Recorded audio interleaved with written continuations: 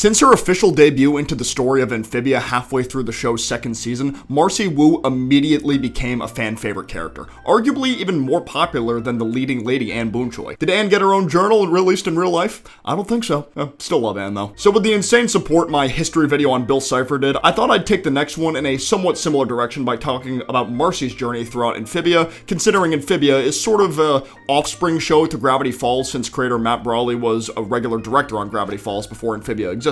But first, some history about Marcy before the core events of Amphibia happened. Marcy Regina Wu was born to two Taiwanese parents 14 years ago and grew up in Los Angeles, California. Around the time she was in preschool or maybe kindergarten, she would befriend Anne Boonchoi. The two of them would usually spend their time at local playgrounds together. One playdate in particular had the two girls being bullied by two older girls over a swing set. Suddenly, another girl with blonde hair would try to stand up for Anne and Marcy. While she didn't win physically, her attempts at fighting were so out there, the other girls just left after being so weirded out. Marcy and Anne were completely starstruck by her bravery. The blonde girl would introduce herself as Sasha Waybright, and thus a blossoming friendship between all three girls would form and grow tenfold over the coming years. But with the girls growing older and getting into their teen years, this friendship would come with its fair share of challenges. With Marcy's case, she developed a lot of nerdy interests that she'd hyperfixate on, like fantasy board games, sci-fi film, video games, on top of being incredibly clumsy even though she was incredibly book smart. Interests she was very passionate about, but the same could not be said for Anne and Sasha. They were more into typical girly activity for other girls around that age, like boy bands, getting their nails done, stuff like that. The two of them wouldn't even pretend to care about what Marcy would be gushing over. This was most notable during a night the three girls had a sleepover. Marcy was super into a sci-fi fantasy type movie and couldn't wait to show her friends, though the other two cared so little about it they ended up falling asleep before the movie even finished. So naturally, Sasha and Anne grew closer over time despite Anne being friends with Marcy first. But this didn't bother Marcy enough to the point where she'd want to completely cut them out of her life or anything. The three of them would still hang out on a regular basis and get into all kinds of wacky shenanigans, although tensions would rise between Anne and Sasha due to Sasha's need for control and Anne being a bit of a pushover. Another notable activity the girls participated in was releasing a bunch of puppies into their school's hallway for a K-pop puppy dance party. Their school's principal, Miss Murphy, would have individual meetings with the three of them where Marcy and Sasha in particular would get off scot-free because of how smart Marcy is and Sasha being a natural leader. Now, sometime around May and June 2019, Marcy would be studying for the SATs at the local library on Anne's birthday. Sasha would start blowing up her phone to come hang out, but before Marcy left, she took interest in a book about old legends. One of the pages highlighting a mysterious object called the Calamity Box that said to have the power to travel to other worlds. Then right after this, Marcy would receive a text from her dad to come home and talk. Marcy's father would break the news about being offered a new job out of state of California, meaning the Wu family would have to move. This news devastated Marcy because this would mean she wouldn't be able to spend time with Anne and Sasha anymore. She ran away from home in tears, stumbling upon the local thrift store where the Calamity Box was actually sitting on one of the shelves. The fact that the box actually existed gave Marcy the idea of a last-ditch effort to keep her friendship with those guys eternal. Marcy texted Sasha about how the box could be the perfect birthday present for Anne, so at some point later in the day, Anne and Sasha would meet up with Marcy at the thrift store where Anne would be peer pressured into stealing the box instead of paying for it normally out of fear those two wouldn't want to be her friend anymore if she didn't oblige. The three girls would take the box to the local playground they played at when they were kids to open it, where lo and behold, it actually worked. The three girls would be teleported to the world of Amphibia, a world with no native humans, completely run by frogs, toads, newts, and other dangerous creatures. Marcy in particular would wake up in the bustling kingdom of Newtopia, the capital city of the entire island of Amphibia, and the home to Amphibia's King Andreas Leviathan. Marcy couldn't believe how beautiful the city was. She was almost too enveloped by its beauty because she fell down a flight of stairs and broke her leg almost immediately. She would be transported to the city hospital and looked after briefly by King Andreas' royal advisor, Lady Olivia. And once Marcy was able to walk about more freely with crutches, Lady Olivia would introduce her to King Andreas. Marcy's quirky personality easily wins him over, resulting in the two of them becoming really close friends and Marcy being appointed a ranger of the Newtopian Royal Guard. However, even though Andreas did genuinely like Marcy's personality, he and his overlord, known as the Core, were plotting something more sinister. A plan to invade and conquer planet Earth like his ancestors did to other worlds thousands of years ago. Because Marcy, Anne, and Sasha were part of a prophecy that not only connects them to each of the three stones from the Calamity Box, but they were destined to defeat the Core as well. The Core wanted Marcy dead, but Andreas wanted to take a more humane route by tricking Marcy and the others to traveling to three different temples in Amphibia, which could drain the girl's powers and power up the box again without needing to kill anybody. Although Andreas wouldn't be able to do this until all three of the girls were reunited again. So for now, he would bide his time and let Marcy do her thing, like living on a pirate ship with the warrior General Yunnan or becoming a flipboard champion. This would go on for about a month or so, and unbeknownst to Marcy at the time, Anne and Sasha would reunite, but also have a major falling out and go back to their separate factions of Amphibia until further notice. But on the bright side, Anne and the Planter family would make some major progress about learning about the Calamity Box since Anne was still in possession of it. That group would partake on an extremely long journey to Newtopia, where once they reached the city's borders, they'd be greeted by Marcy. Marcy and Anne would share a very heartwarming reunion similar to Anne and Sasha's, but Sprig Planter is understandably cautious of Marcy's true nature because of how everything went down between Anne and Sasha. Marcy tells them they can't enter Newtopia's main city yet because of the giant ant problem around the perimeter, so she, Anne, and the Planters decide to take it upon themselves to get rid of those pests. Anne loves her friend so much, this is adorable. Once they start going into the tunnels, Marcy seems to be incredibly on top of things, knowing the perfect ways to infiltrate the area, but despite this, Anne is still trying to shot call in her own ways because of how worried she is over Marcy. Obviously, Marcy's grown a lot just like Anne has over the past month. It's just that since Anne had, lost Sasha not very long ago, she's being overly protective of Marcy out of fear she'll lose her too. Plus, Marcy's clumsiness playing a small part into this. Marcy was annoyed about this at first, but after hearing out Anne's reasoning, she understood. So when the time came to take down the giant ant queen who'd gotten a hold of Sprig, Anne let Marcy do her thing, defeating the queen from the inside out, her eyes glowing green briefly from the calamity powers, and Sprig completely trusting her after that incredible act of heroism. Little does he know, she has some dark secrets of her own. Now everyone is allowed inside Newtopia, where Marcy introduces Anne and the Planters to Lady Olivia. Shortly after, Marcy and Anne get some alone time where Anne spills the beans about her fight with Sasha, and Marcy feels bad but is sane enough to realize that the chances of going home would be impossible if they didn't find Sasha again. So the two of them vow to find Sasha, work everything out, and finally go home. The next day, Marcy would take everyone to the local burger joint for a bite to eat, when suddenly a message from King Andreas via arrow shows up. All he wants is to meet the Planters, but instead of just telling Marcy directly, he turns it into a fun scavenger hunt where she'll find different parts of the message at various Newtopian locations. Marcy's able to get the first two clues incredibly easily, which leaves Anne losing her confidence in her own intelligence. And Marcy was always the smart one, but when you combine that with the giant gold statue the citizens made in Marcy's honor, Anne can't help but feel like, a little small and she hasn't grown as much as Marcy has. Even though Anne's social skills helping various citizens during the day was a thing, she didn't really notice it until Marcy admitted that that was something she was jealous of on Anne's end. After the two reconcile, Anne notices the final clue on a food tray Sprig was using, spelling out the message, "Bring me the Planters." Later in the day, Marcy would bring the group to King Andreas' throne room. Andreas happily greets them and even senses Anne's calamity energy when the two of them first fist bump. He claims he wants to help them get home, but because they didn't bring the box with them due to Hot Pot Planter burying it in the yard, he and Marcy have to do some research in the castle's archives to find some answers. So while they do that, he gives Anne and the Planters a royal credit card to let them do their own thing for a while, and Marcy and Andreas are tirelessly reading through every book they can find, but are still struggling to find any answers. Marcy's getting tired, so she wants to grab more coffees when she accidentally trips and spills some leftovers on an old tapestry. Behind said tapestry is a button that leads to an underground bunker that they run down into to, get some more answers. Andreas is playing dumb the entire time, like he didn't know that existed, to give Marcy more of a sense of accomplishment and security. Later into the Newtopia arc, Marcy, Anne, Sprig, and Polly would have a sleepover at the castle. They run around the area for a bit, messing with Lady Olivia in the process, when Anne suggests they do a scare dare challenge, or risk getting their names put in the Book of Losers, a game that Sasha always won back home. This one in particular involved exploring the castle's basement. Soon they find themselves in a very creepy room with tons of coffins inside, coffins that contain deadly creatures called shadowfish. These things would start to chase everyone after Marcy and Anne tried taking a selfie with one of the coffins. They're chased all the way back to Marcy's room, where she learns the shadowfish can be turned solid if mirrors are held up in front of them, allowing them to force the shadowfish back into the basement for the time being. Obviously, nobody passed the scare dare challenge, to which Anne reaffirmed they really do need to find Sasha ASAP. The next morning, Marcy, Anne, and the Planters are called into Andreas' throne room again, where he reveals what he's quote-unquote learned about the three temples and how they have the power to restore the box's stones to their former glory. So now Anne and Marcy have to set out on a quest to find these temples. The problem is, they do have to do a bit of prep work ahead of time, and Marcy thinks it'd be best if the Planters went back to Wartwood without Anne, due to them technically not needing to go on these quests. But because these guys have obviously grown so close with each other over the past month or so, Marcy lets them have one last hoorah in Newtopia together before saying goodbye. After their day at the aquarium and some sleep, Marcy sees how visibly saddened Anne still is over having to leave her found family behind, so Marcy thinks it wouldn't be the worst thing in the world if Anne went back to Wartwood with them while Marcy does the prep work for the temple adventure solo. And Marcy's sad to see Anne go again, obviously. It's something that Andreas takes notice of, and he offers a proposition to Marcy. While their discussion is never shown in real time, Andreas promises promises Marcy if she got him the box to power up Newtopia Castle again, he'd take everyone on adventures to other worlds just like the ones the girls experienced in Amphibia. Although Marcy did want to go home at some point, the love for her two friends combined with her extreme fear of loneliness has her agreeing to this deal. Marcy would be MIA for a good chunk of events again until the time came to actually go to the first temple. She pulls up to Wyrtwood to take everyone there with her trusty pal Joe Sparrow.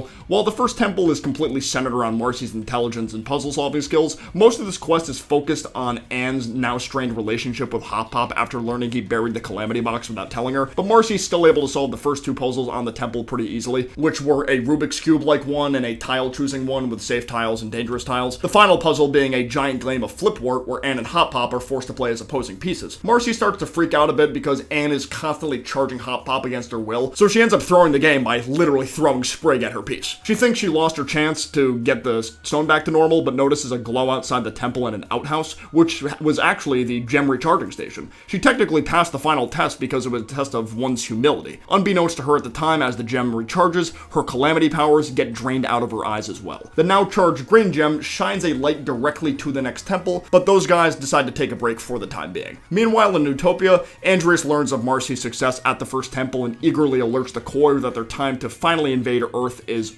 quickly approaching. Instead of going back to Newtopia again, Marcy figured it'd be best to just stay in Wyrtwood for the time being until the temple quests are done. She can't wait to experience the different culture and lifestyle there is, since it's completely different to the bustling city of Newtopia. But similarly to when Anne first arrived there, the townsfolk are quite reluctant to accept Marcy as one of their own, so she tries her best to earn their respect by fixing a statue she knocked over, which kind of works at first, but this leads to her getting a bit in over her head, thinking the entire town could use a makeover, much to the townsfolk disdain. A Mayor Toadstool enables this behavior too, thinking she has some good ideas, and despite Anne warning Marcy about the kind of guy the mayor is, she gets too excited to quote-unquote improve the town. She pulls an all-nighter that same night, adding a bunch of marble additions to buildings to make the town look fancier, for lack of a better word. Those guys actually like it, but the problem is Wyrtwood was built over a swamp, so the town starts to completely fall apart and flood because of how heavy the marble is. Luckily, Marcy and Joe Sparrow work together to clean things up. Obviously, the townsfolk are pissed, but they're self-aware enough to realize it'll just take a bit of time for Marcy to get used to things. Anne went through the exact same thing, so it's not like they'll just immediately love Marcy after a day. Hearing this restores Marcy's optimism again, and she begins to effortlessly rebuild the old houses that were destroyed in the flood. She just has Minecraft cheats on in real life, I guess. When the robot known as Frobo makes his way into Wyrtwood, Marcy isn't really involved with him until later in the day because she decides to help Hop Pop go shopping for seeds. Once the two finish shopping, Marcy is completely enamored with Frobo's existence, wanting to learn everything she can about him. Sometime later during her stay in Wyrtwood, Marcy is out in the forest studying the local foliage when she hears Maddie Flower fighting a tree she accidentally brought to life. Marcy is very fascinated by Maddie's skills with sorcery due to being a Cynthia Coven book fan,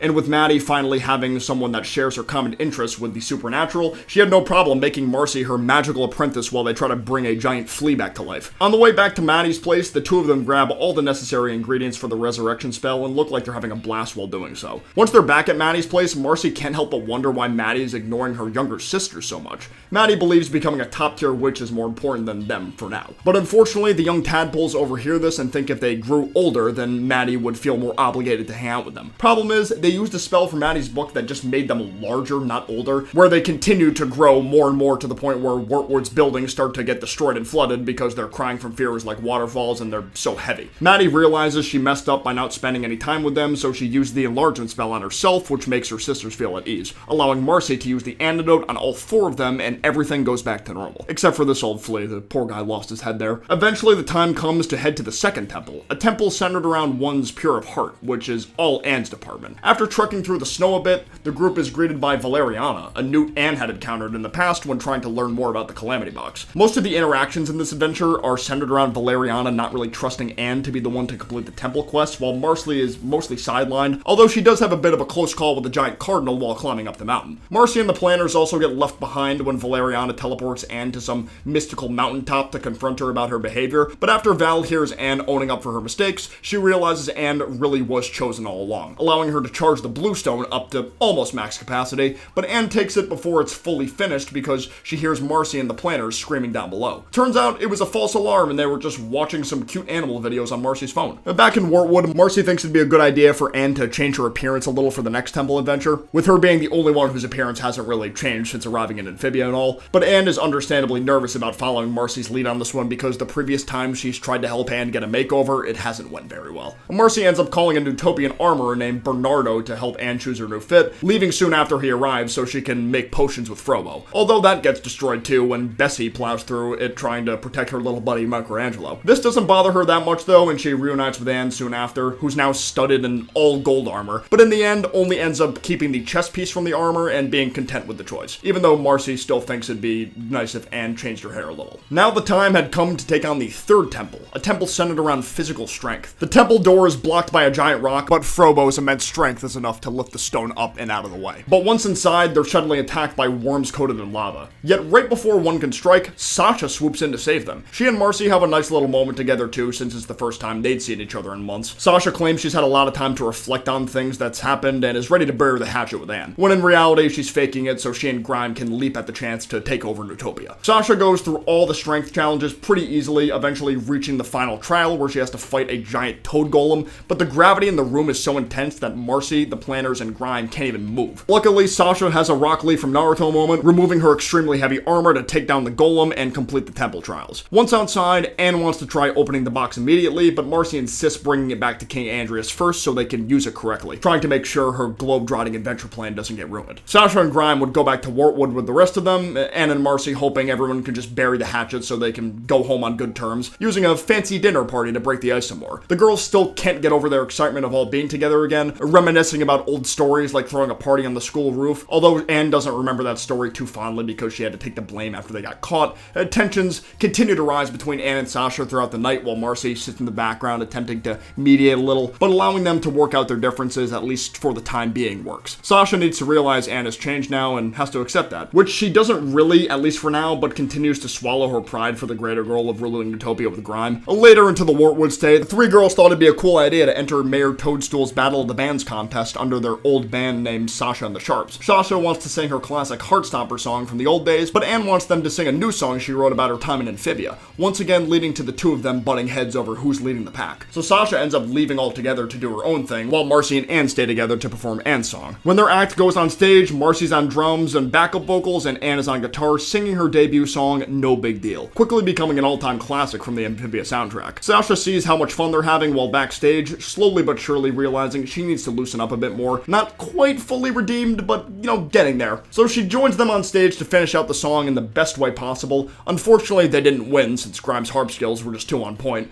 but it's the fun that counts. Now the day had finally come to bring the box to King Andrias and get the girls back to LA. Before they properly enter the city, Marcy asks Sasha and Grime to keep a low profile because they're technically wanted by the government, and once everyone's back in Andrias' throne room, Sasha and Grime make their move to take over Newtopia, stealing the Calamity Box in the process as well as taking King Andrias as prisoner. Marcy, Anne, and the planners get taken as prisoners too because they obviously don't agree with Sasha's plan. Luckily for them, General Yunan and Lady Olivia intercept the Toad Guards, helping the rest of those guys go into hiding and come up with a plan to restore Newtopia back to normal. Marcy, Hop Pop, and Lady Olivia are in charge of rescuing Andrias. They succeed pretty easily, mainly thanks to Hop Pop's acting skills to distract the Toad Guards, and Sasha and Grime are also dealt with by Anne and Sprig respectively, though Sasha realizes what they were doing was tame compared to what Andrias had planned. With the Calamity Box now back in Andrias' possession, he reveals his true plans to everyone about invading Earth and other worlds soon after. Marcy calls out Andrias about how this went against their deal, and now everything comes to light, about how Andrias never fully valued Marcy as a friend, and how Marcy was the reason the three girls got sent to Amphibia in the first place. And both Sasha and Anne are visibly upset with this, yet Marcy still tries to justify her lies by claiming she was the reason the other two were able to grow so much as people. The time to discuss this problem further has to wait though because Andrias can't be allowed to get to Earth. So everyone does their best to fight him and his robots, Marcy included. They get the upper hand at one point, but Andrias is able to get a hold of Sprig, which he uses as leverage to not only get the box back, but still drop Sprig to his death outside the castle window anyway. And Marcy wasn't going to let him die though, so she jumped out the window and flew down with Joe Sparrow to save his life. All the while, Anne taps into her calamity powers thanks to the Bluestone not being fully charged, battling it out with Andrias until she physically can't stand anymore. Andrias takes notice of this and is fully ready to end Anne's life to prevent the prophecy from coming true. However, unbeknownst to him, Marcy took the Calamity Box while he was distracted and opened a portal back to LA. Anne and the planners make a beeline for the portal while Sasha and Grime do their best to stall Andrias. Just as Marcy is about to go with them, Andrias stabs her through the chest with his sword. She quickly falls to the ground from this injury with tears in her eyes, apologizing to Anne for everything she's done. But it's too late for Anne to help right now because the portal takes her and the planners returns back to LA until further notice. For the majority of Anne's adventures in LA as she tries to find a way back to Amphibia without the Calamity Box, Marcy is being kept on life support inside a giant tomb by King Andrias, with the intent of making her into the Corps' new vessel once she's healed. The land of Amphibia continued to get worse over time too, resources being completely drained from the ecosystem to prepare for Earth's invasion. Olivia and Yunnan would grow tired of still working for Andrias simply out of fear of their lives, so they made it their mission to free Marcy from her tube. It was tough, but they succeeded in doing this. Marcy was quite loopy after being out of commission for so long, so the other two have to help her a bit to get moving, but the Corps was watching the entire time. It stalls their escape by casting an illusion of those three's worst fears, and Marcy's in particular was a deformed fusion of Anne and Sasha telling Marcy they don't want to be friends with her anymore after lying about the Calamity Box. They would have been consumed by this illusion if Yunnan's good eye didn't catch the Corps' eyes casting the illusion. So they worked together to destroy the eyes in question and made a break for the surface shortly after. Unfortunately for them, Andrias was wise to their plans the whole time because the Corps is actually a part of his crown and watching. The main body of the Corps then grabs Marcy with its tentacles, strapping her to a nearby chair, quickly downloading its consciousness into Marcy's brain via a helmet. Olivia and Yunnan watch in horror, and Andrias can't help but feel ever so slightly guilty for doing this to someone he genuinely admired. Now, Marcy is no more. Now, Darcy is calling the shots. Darcy would be overseeing the invasion plans for Earth alongside Andrias now, though it was pretty clear Darcy didn't really respect Andrias' methods or just him as a person, calling him pathetic when he failed to kill Anne with his moth drone controlling a giant Christmas parade Santa Claus. Andrias didn't seem to mind the comments in the moment either though, because the Frobot army is all ready, so even if Anne is still alive by the time the invasion starts, it won't even matter. At some point later in the castle, Andrias delivers some ube cookies to Darcy, where Darcy assures Andrias that Marcy is gone and they have full control over her mind despite inheriting some of her quirks, like clumsiness and love for cupcakes. After eating, she orders Andrias to watch over her body while it's immobilized because she has to do a system reboot to wipe some of Marcy's memories to be at her peak potential. While this goes on in the background, Andrias ponders a bit about his past, specifically the falling out he had with his friends Beryl and Leaf over using the Calamity Box to invade Earth. Even though his dad, King Aldrich, was manipulating the hell out of him, it didn't matter. Andrias tried moving on from his past altogether in this moment by burning the old picture of him and his two friends, and Darcy wakes up shortly after asking Andrias if he's ready to start the invasion. He's wanted nothing more since the day Leaf stole the Calamity Box, to which Darcy replies how she's almost proud of him, with a little bit of his father Aldrich's voice slipping into that statement. Eventually, Anne is able to make it back to Amphibia with the help of the friends she's made back in LA, where she not only reconciles with Sasha, but is able to get just about every single person she's met in Amphibia to join the rebellion against King Andrias, even learning about the Calamity Box prophecy from an ancient Olm named Mother Olm. The day came to storm Andrias' castle to prevent the invasion and save Marcy. However, when Anne, Sasha, and the planners are greeted by Darcy instead, she easily apprehends them with her mechanical arms, declaring to the rest of the rebellion that the resistance is now futile with their leaders captured. Darcy also tries to kill Anne, thinking the rest of the Bluestone's power would be back to normal with her dead, but Anne buys herself time by bringing up the possibility of the stone losing all the power with Anne dying, and now Darcy doesn't want to risk it, so instead she figures she'd dissect Anne alive later. The rest of the rebels run away, failing to beat King Andrias as well, allowing he and Darcy to finally begin their invasion of Earth. The events of the Earth invasion are very interesting because it switches back and forth between the perspectives of both Marcy and Darcy. Inside Marcy's mind, King Aldrich is trying to manipulate Marcy into being fully assimilated into the Corps with the temptation of the perfect world for Marcy, even one where Anne and Sasha are not only her friends again, but actually share the same interests as her. Plus, because some of her memories were supposedly wiped, she's struggling to grasp the position she's truly in. But seeing the fake versions of her friends acting like this is kind of what brought Marcy back to reality, because she knows the real Anne and Sasha wouldn't actually go with the flow with everything Marcy wants. But she also realizes that forcing them to like what she wants isn't right either. Aldrich gets tired of trying to entertain it all and tries to forcefully assimilate Marcy into the Corps, and Marcy refuses to give in and believes that her friends will save her,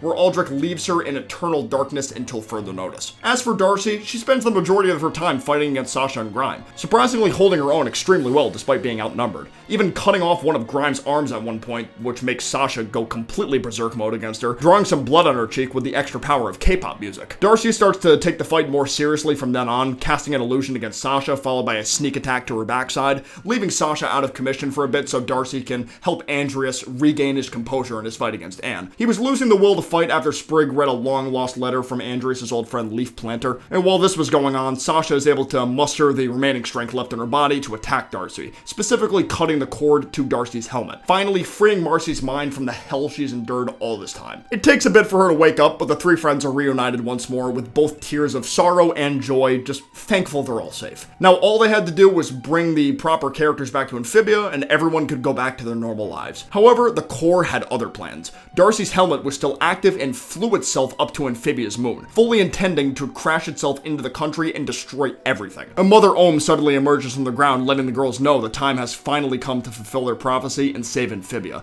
But first, they'd all need to tap into their max potential of their calamity powers by remembering everything they've been through on Amphibia to use as motivation. The girls obtain their new calamity forms, which all look incredible, and fly straight into space to take on the moon core. The core sends out a bunch of robotic insects stored inside the moon to fight them, but they're defeated pretty easily. Marcy using a 20-sided die from Dungeons & Dragons as a weapon was so perfect for her, especially landing the nat 20 on that one guy. Amazing. While things seem to be going pretty well at first, the girls start struggling a bit with pushing the moon back, mainly because Sasha and Marcy aren't nearly as used to these powers as Anne is, meaning their strength starts fading out pretty quick. So Anne makes the gamble of her life by using the power of all three stones together on herself right after sending Marcy and Sasha back to the surface. Anne succeeds in doing this and destroying the core, but at the cost of her own life. Marcy and the rest of Anne's friends mourn her short-lived death for a bit. Little did they know Anne was brought back to life by the Guardian, an all-powerful being that created the Calamity Box to see how civilization would utilize its powers. Now that Anne was back, the girls were ready to go home for good this time. However, Marcy reveals that after their fight with the core, the amount of energy left in the stones allows for a single one-way trip with no possible way to return back to Amphibia. Everyone says their goodbyes, and things get understandably emotional. These characters had been through so much together, with many considering each other like family, so to never be able to see them again is a tough pill to swallow. Marcy in specific saving her main goodbyes for Olivia, Yunan, and even Andreas. The Andreas goodbye still cuts deep, man, it really does. So now that she's back home, what's life been like for Marcy after Amphibia? Well, 10 years after King Andreas invaded LA, she comes back to visit Sasha and Anne. Sasha picks her up from the airport that day, where the two of them catch up a bit on the car ride over to Anne's job. Marcy's been working on a webcomic for the most part, and the online reception for it seems to be very high. Then Sasha goes on to tell Marcy how she and Anne didn't really hang out as much when high school started, but obviously still cared about each other. Concluding their stories with Marcy and Sasha picking up Anne from her aquarium job, where they later enjoy a delightful dinner together after not seeing each other for so long. Don't be a stranger to leaving a like down below if you enjoyed this video and subscribing for more content like this in the future. Huge thanks to my gold tier patrons, BFP4, Izzy Torium, Draconis, and London Morse. You guys' support really means the world to me. But for now, I will see you guys next time. Peace out, take care,